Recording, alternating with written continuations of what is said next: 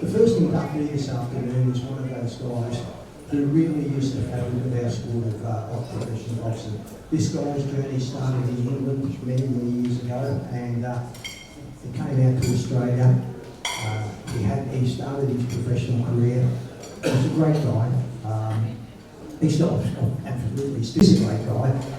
Sadly, he can't be here with us tonight, but I'm going to invite his family up and they will tell us the reasons why he can't be here today. But this young guy is the grassroots of our sport. A guy who probably wasn't that well schooled. He wasn't an Honour Rose, he wasn't a Jeff Lee, he wasn't a Barry Michael, he wasn't a Clifford Samardi with skills to burn. He was one of those guys that he might not have had the skills, but he still found a way to win. He found a way to beat the fighters. And that's what this sport is all about, the determination inside, what's in here. This is what comes about. You don't get given that, that's born when you're born. You have this thing in here called a heart. And there's a lot of different levels as to how much heart you actually have. And you need to be a fighter to determine just exactly how much you have. Every fighter that's been, and every fighter and every trainer that's being inducted here this afternoon will know what I'm actually talking about. Anyway, let's get on with it. Let's talk about this young guy who was born in Nottingham in the United Kingdom. He now resides in Brisbane. He was only 5'11", which was not really a big cruiserweight, and he actually even fought at heavyweight. He actually fought in heavyweight and cruiserweight when they were real heavyweights and they were real cruiserweights. They hit you, they hurt you. His professional career was 46 professional fights, 24 wins, 18 losses, 4 draws, 11 knockouts, and an amazing 288 rounds of professional boxing from 1978 to 1997. He made his debut in 1978 in Atherton in Queensland, where he lost to Owen McAvoy, losing a 3-round decision.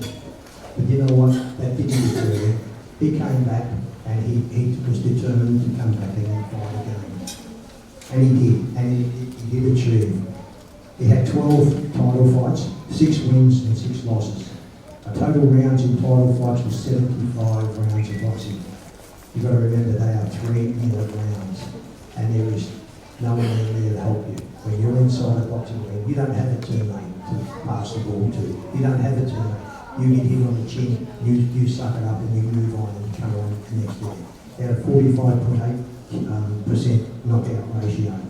In February 1982, he won the Queensland light heavyweight title with a knockout in 5 rounds over Alan Black at Festival Hall in Brisbane. He fought Alan Black 4 times, and there was 2 wins and 2 losses. So Alan Black was no pushover. He won 2 fights and he lost 2 fights. I'm speaking of Kevin Wagstaff. Now Kevin Wagstaff is one of those guys who is basically what boxing is all about. Was he a world champion? No. Was he ever going to be a world champion? No. But by geez, I'd like to have him in my corner any day of the week. He won the Queensland light heavyweight title with, as I said, with a knockout of Alan Black at Festival Hall in February 1982. In July 1982, he won the Queensland cruiserweight title with a TKO in 7 rounds over Ken Morris, and that was at the Homestead Hotel in Brisbane. In February 1983, he went to Auckland and fought a very good fighter, a bloke by the name of Alex Sewer, and he was beaten in Auckland, but that was no disgrace because it was for the Australasian Cruiserweight Champion. For you guys who don't know what the Australasian title is, it was the champion of Australia versus the champion of New Zealand. You couldn't fight for the Australasian title unless you were one of those champions. It was a time-honoured championship too. We don't have that as much today. We do have an Australasian title of the similar affair, but this was really time-honoured. So the Australian national champion fought the New Zealand national champion. It was very much answers, if you like, that was always very well contested. Kevin went over there, but he lost to Alex Sewer. Alex Sewer was the reigning New Zealand and South Seas light heavyweight champion at the time, and a very good competitor. In November '83, he fought at the Mansfield Tavern and lost another decision for the Queensland light heavyweight title to a guy by the name of Tommy West. I'm quite sure there will be many of you people who will remember Tommy West. He was quite a handy fighter in his time. He was 7-0 when he fought Kevin, and Tommy had only had 1 loss and 1 draw from his career. And arguably one of his better fights that he had, and this just goes to show you at the level of what he was. In June 1994, he went down to Sydney to the Marrickville RSL. Grant Cooper will tell you about the Marrickville RSL. He had a little bloke by the name of Jeff Fennick who came from Marrickville, and he fought there many, many times. Just goes to show you how the thing works here. He went down and fought a guy who was a very, very good fighter by the name of Wally Carr. Most boxing people all know Wally Carr. Wally Carr was an amazing fighter. He had a record of 93 fights, 52 wins, 32 losses, and just 3 draws. Wally Carr was fighting Kevin Wagstaff for the light heavyweight, for the cruiserweight title and the Australian cruiserweight title and the OPBF, the Oriental Pacific Boxing Federation title. The Oriental Pacific Boxing Federation title is the oldest regional title in the history of our sport. It is the oldest title. The oldest world championship is the WBA. It's 108 years of age, I think, today. 108 years of age, Derek, I think it is. The WBA now, 108. So they're the oldest two organisations in the history of our sport. So Kevin jumped on the plane, he went down to Marrickville. This title was owned originally by Tony Mundine, the great Tony Mundine. He had that title, but Tony Mundine and Wally Carr were very, very good friends. Tony decided to vacate that title so that Wally could fight for it. There was a little thing that happened though. There was a bloke who came in and just spoiled the show, and his name was Kevin Wagstaff. And Kevin Wagstaff beat the great Wally Carr. Well, I know Wally Carr very well. He was a great fighter, Aboriginal fighter and a terrific fighter, fought some wonderful fights and beat many good fighters. But Kevin was the fly in the ointment. He went down there and won both the OPBF and the Australian Cruiserweight title against Wally Carr. So basically, after that, he then defended his Australian Cruiserweight title with a 12-round decision at Festival Hall in Brisbane with Roy Bergerac. He went on in March 1986 and defended the Cruiserweight title again to Tiger Harmer, who was also a very good fighter. He won a 12-round decision at the Borden Pavilion in Sydney. So he wasn't afraid to travel. As Barry will tell you, as Jeff will tell you, as Paul Moore and Helen Moore will tell you, fighters don't generally like to travel. They're out of their comfort zone. We like to sleep in our own bed. We like to be able to cut weight in our own home, run around the block that we know which block we're running around, rather than travel halfway around the world to fight to another country using their judges, their referees and all this. And that's no disrespect to any of the officials at all, but you're in a different town, you have to think differently. Anyway, so he defended that title successfully in Sydney, but then it came up against a young guy, a bald-headed cruiserweight with there was a man on a mission. His name was Dave Russell. Dave Russell beat Kevin Wagstaff for the OPBF Cruiserweight title in April 1987. But not to be deferred, not to be disengaged and disappointed. He had a bit of a break in 1988. He lost the split points decision to a really good fighter, a very, very skillful fighter, a guy by the name of Apollo Sweet. And Apollo had skills to burn. That was for the Australian and the OPBF Cruiserweight title. Let me tell you this, the scores in the fight were 116-114 for Kevin, 114-116 and 116-114 for Apollo Sweet. It was a close fight. Sadly, Kevin got knocked down with a soft knockdown. It wasn't a hard knockdown, but he got soft knockdown in the 7th round. Had that knockdown not have happened, that fight would have been a draw by the scorecards, or Kevin would have won. So it just goes to show you the balance of how close these little things are. That round, the 7th round, would have been a 10-8 round. It's a 1 point extra for the knockdown that Apollo Sweet had got. So that was just how close that was.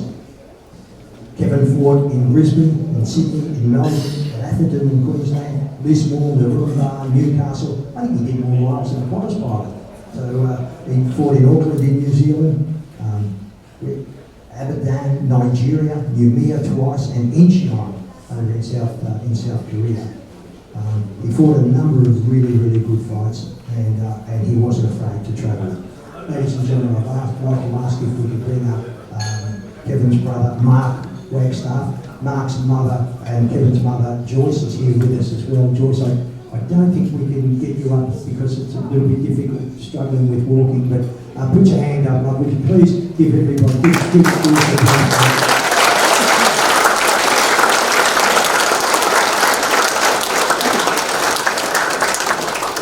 Sadly, Kevin can't be with us today, but I'll let Mark come explain. Give him a big hand. Mark Wagstaff.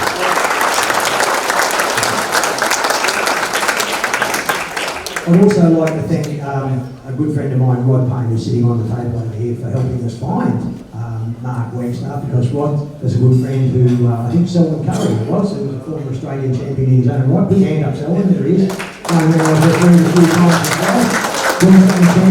Australian champion, and it was Selwyn who was able to get hold of Mark for us. Mark, a little bit about Kelvin. I was very fortunate to have refereed his last fight. He fought an absolute monster back, I think, now, but it was 1997 it was in Townsville in Queensland. It was the first fight. Costi Zoo lost his world championship to Vince Phillips in the United States in the IBF world title. Costa decided that he came back to Australia and he wanted to fight for the WBC. Derek, myself, and a couple of the other referees from the Australian National Boxing Federation here in Queensland all went up to officiate the show. The WBC was the headline event, of course, which was Costa Zoo and Ismail Chavez. And Costa knocked over Ismail Chavez against the runner play in about round 6 or 7, wasn't it? There. And you were there as well, Mark, and Kevin fought the main support on that. That was for the Pan Asian Boxing Association cruiserweight title, and he fought a really good fighter by the name of Adam White. Adam White was a 7-time world kickboxing champion. He was an absolute machine. I questioned whether he was even here, but he was a machine. And anyway, Adam defeated Kevin on that night. You were there in the corner. Kevin was about 38 then. So they talked to me of making a comeback, which really shouldn't have. But anyway, Kevin being Kevin, he never looked the other way. If the fight was on, he'd be there. And he'd travel everywhere, for sure. Kevin was one of those guys, he feels a challenge, he would take it. He was very highly thought of, and I meant to ask Derek was very high up with the WBA, and it was Derek who sanctioned that fight with Kevin Wagstaff for the Pan Asian Boxing Association. He was very, very well thought of during that time. It wasn't a case of just finding someone to fight. You had to find someone who was capable, who was equipped, and who was a very well credentialed fight. Kevin fitted that bill. Sadly, it just wasn't his fight on the day. No. Well, he's got to be a winner, he's got to be a loser. And that day it was Kevin was the loser. But as I say, that's the way fighting goes. And Mark, Kevin was also very, very good at another sport. It's popular out here. I don't know, I can't play it because you can't touch it, but tell us a little bit about his achievements in the sport of football, or soccer as we call it. Yeah, he was, when he first came to Australia in 1974, he started playing for a club called Goodman District Soccer Club. And he was the goalkeeper for about 5 or 6 years, and they took it right up to the first division. And he said, I've had enough of being goalkeeper. I want to play out on the field. So he decided I'll go and play out on the field. So he did. And he continued for many years playing out on the field. In the same team as us, there was 3 brothers. We all played together. And then he decided he wanted to put more into his boxing, which, he entered a Rocky competition back in 1976. And because he went all the way through the final and picked up I think it was a $50 voucher, he could never go amateur. So Kevin really did. He never had any amateur fights whatsoever. He was basically thrown into professional fighting. And that's when he met Jimmy Young, and he took him on, and Jimmy Young thought he had great potential. And that's where he went from there. Kevin being a very loyal man that he was, and Jimmy Young, I go back a long way with Jim, as we all do with Queensland Branch. He's arguably probably the oldest secretary of any boxing organisation in the history, certainly here in Australia. It's going to be 40 or 50 odd years that he's been the secretary, and he was a great trainer. He was determined. He was considerate, he had good skill levels, and he knew how to make fighters, bring the best out of fighters. Kevin really, Jimmy and Kevin really clicked, didn't they? He had no other professional trainer after that. No. We never had any training as such. It all came about when he was a rookie in the meatworks, and there was a boxer there, George Wilinski, I think his name was, who was a Golden Gloves fighter. So what they did at lunchtime, being the boys, they brought the gloves in and thought, oh, let's have a few sparring at lunchtime. So he started doing that, and Kevin knocked this George around a bit, and he says, why aren't you fighting? And that's when it started, and they got him in touch with Jim Young, and from there on he went on and did what he did. Unfortunately today, Kevin's in a home. He's can't talk. He's got Alzheimer's in a bad way. They said his Alzheimer's is probably about 5 years stint, but it's about 5 years now that he's been in this home. And Mum goes to visit him every week, and she's still not sure whether he knows whether it's her or one of the guests or one of the people who works there. But yeah, it's very sad, but that's life, you know. It is heartbreaking, and I guess that the role that we play here at the Queensland Boxing Hall of Fame actually just shows up that we are doing the right thing. We are on the right track. We want to recognise the fighters, because Kevin's sitting in this home doing nothing. He doesn't know who comes to see him. He doesn't know what day it is. And sadly, and I hope this is not the case, but it looks like he's going to spend his last days in this home, which it's awful to see, So, and we wouldn't be human. We wouldn't have a heart if we did not recognise Kevin Wagstaff for his contribution to the sport, for his achievements, for his losses, for his wins, for the sacrifices and dedication that he did over a number of years. We're recognising him today, and of course I'm so pleased that Rod and Selwyn were able to contact you. We searched for quite some time, but I'm very confident that we have got on our side that gave us the opportunity to bring you here to do this for today. And I do thank the association for recognising Kevin. The family is very proud, and I will take this to Kevin, and hopefully he understands what it is.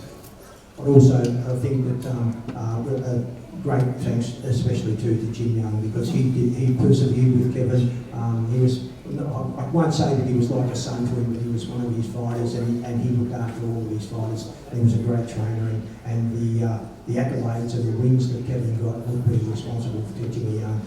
Kevin did the fighting, but Jimmy did the initiating and also the planning. Yeah, definitely. I don't think without Jimmy Young, Kevin would have got where he got. There's no question about that. And he had a lot of blokes who were fighting at the same gym. Billy Johnston was there. Everyone probably knows Billy Johnston. There was quite a few fighters there, and everyone sort of helped everyone at the gym. And that's what gave Kevin the heart to keep going. And to be honest, I think Kevin was probably one of the most dedicated boxers I've ever seen. And he used to train before he went to work in the morning. Then when he got home from work, he used to train in the afternoon as well. And then he'd go on to train with Jimmy Young for 2 or 3 nights a week as well. So his training was just second to none. His father, Ian Looker. Yes. That was worth the day, I reckon. He fought Ian Looker as well. That was I think his first professional fight. It was at Festival Hall, and Ian Looker was supposed to be fighting somebody else. Kevin was supposed to be fighting somebody else. Neither of their 2 fighters turned up. So then they turned around and said, okay, well, Kevin and Ian, can you put on a pro fight, bit of a bout, And Kevin said, you're all right. Yeah, I'm going, no worries. Started out in the changing room, it was 6 2-minute rounds. When he got into the ring, it was 8 3-minute rounds. Welcome to professional boxing, Kevin. But he did himself proud. He went all the way up there. For those who actually saw the fight, Ian Looker knew he was in for a fight. It was supposed to be like a friendly fight, there is such a thing. It was a hard fight, and Ian Looker, I don't think he realised how hard Kevin was. A lot of people didn't realise that Kevin was probably one of the most punishing boxers in the ring. When he hit you, you were hit. And he did it to many, many fighters. There was a gentleman by Steve Cancel who was making a comeback in Sydney, it was Cotswold. And he went down there and he was fighting away, and Steve Cancel was, what, 6'6". Kevin couldn't get near him for the first 6 rounds. Then the crowd started the slow hand clap, laying out. So Steve Cancel thought, oh, I'll mix it with this bloke, down. I'll mix it with this bloke, down.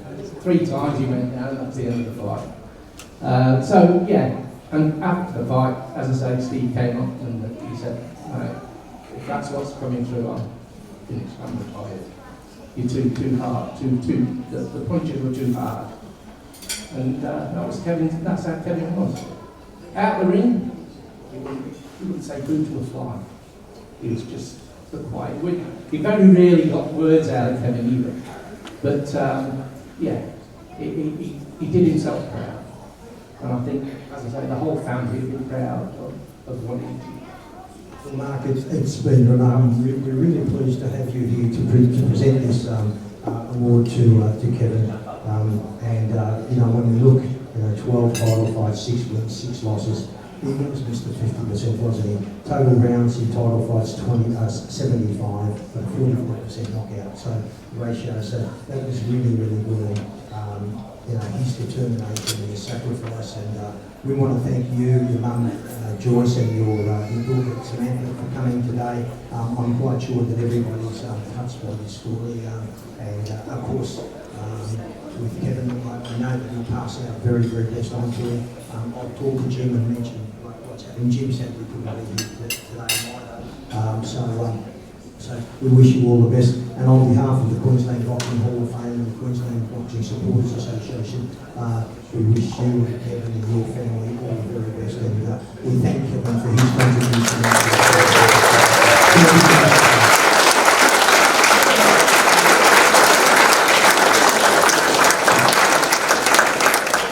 Thank you, that was an extremely warm welcome, because when you look at that story, there's not a lot of happiness about it, but there is a lot of happiness, because I know that Mark and his mum, Joyce, is going to go to where Kevin is staying and present him with that, and I'm sure that he will cherish that.